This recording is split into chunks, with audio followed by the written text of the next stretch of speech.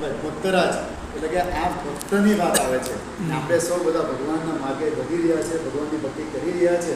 એટલે આ જ બધા પ્રસંગો જો આપણે જીવનમાં ઉતારીએ તો આપણે જે જોબન બગીને યાદ કરીએ છીએ એમ આપણે પણ મહંત સ્વામિનારાયણના માળાના મણકામાં આવવું હોય તો આ ભક્તરાજ જોબન બગીના પ્રસંગો સાંભળીને આપણા જીવનમાં એવો ઉતારવાનો પ્રયત્ન કરીએ કે જેથી આપણે સત્પુરુષને રાજી કરી શકીએ.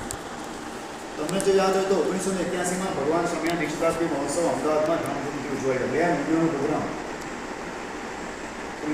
ભગવાન સ્વામિનારાયણ દીક્ષાંત મહોત્સવ, અને એ નિમિત્તે આપણી સંસ્થામાં ભગવાન સ્વામિનારાયણ ફિલ્મ આવેલી. મને યાદ છે બરાબર, ત્યારે અમે ડુંગરી સુધી એ ફિલ્મ બતાવેલી અને ડુંગરી જોવા ગયેલા.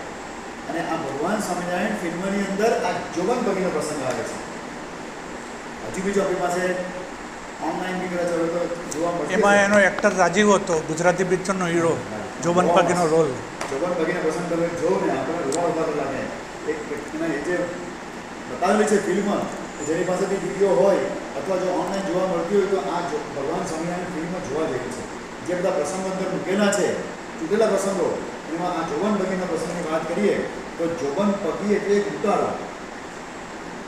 હવે અત્યારે કેમ અત્યારે પેલું ઉતારો તો છે જ, પણ અત્યારે મોડર્ન ઉતારો થઈ ગયા. પણ આ તો જૂના જમાનાના ઉતારો, ચોરી કરે, લૂંટફાટ કરે, મારે, લોકો પાસે બધે પૈસા કંકેરી લાગે અને બધી વસ્તુ લૂંટી લે અને પોતાનું ગુજરાન ચલાવ્યા કરે.